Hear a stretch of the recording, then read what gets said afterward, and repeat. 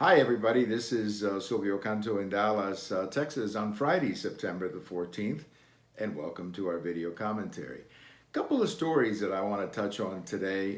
One is about these partisan leaks coming out of the FBI, and the other one is regarding Judge Kavanaugh, who went through the first week of hearings pretty much without any trouble. Let's talk about Kavanaugh first. His vote, I guess, will come up sometime in September so that he can be a member of the Supreme Court in October. But now, Senator Dianne Feinstein of California has thrown this monkey wrench into the situation where she says that somebody gave her a letter about something very serious that apparently happened in the past. Some of the people familiar with what happened say that this goes back to Mr. Kavanaugh's days in high school, where they apparently played a stupid trick on some girl. They didn't harm the girl. They didn't violate the girl.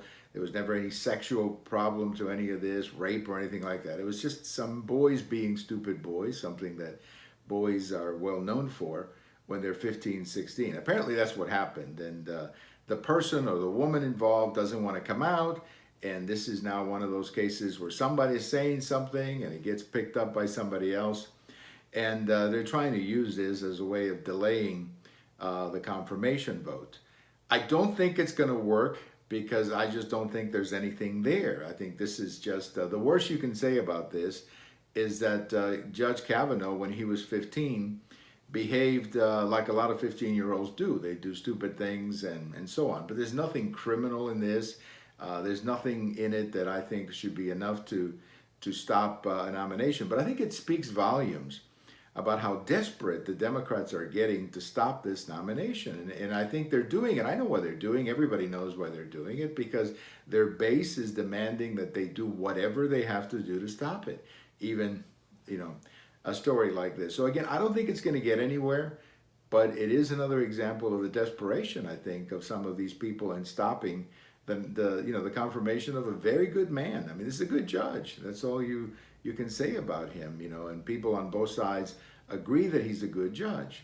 Now, the other story that is developing, and I think we're going to hear a lot more this week after the hurricane passes. The hurricane has kind of consumed the news, and by the way, we hope that everybody in the area of the hurricane is doing well. It looks like the hurricane is winding down a little bit, but anytime there's a hurricane, of course, you have to protect yourself and protect your family. You got to listen to the authorities and do what they tell you to do.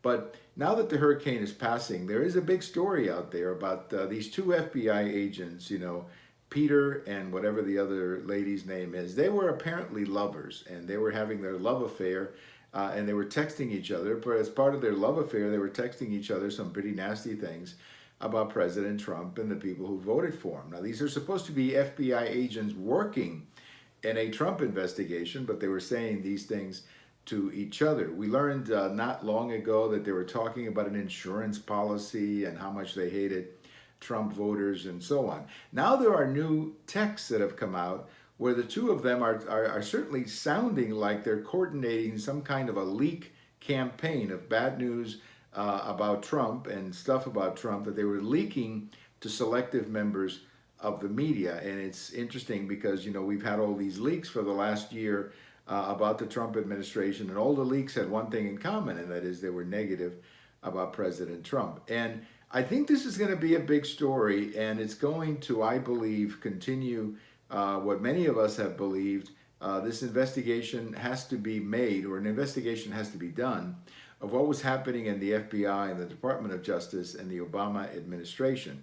But when you have two FBI agents, I don't care who they are, but when you have two FBI agents talking about coordinating a campaign of leaking information to the media, that just doesn't sound good. That just does not sound good at all. That's not what FBI agents are supposed to be doing. I have a post at the American Thinker today where I call it that we've gone from the Federal Bureau of Investigation to the Federal Bureau of Leaks. Well, that's exactly right. I mean, you got people leaking to the media information, of course, that was negative about President Trump. So I think all of this is going to hit the fan next week. I really do. Over the next couple of weeks, is going to hit the fan, and it's going to get uglier before it gets any prettier. So keep an eye on that huge story. As for Kavanaugh, I don't think this is going to derail the nomination, but once again, you're seeing the desperation, total desperation of the Democrat Party trying to stop this man.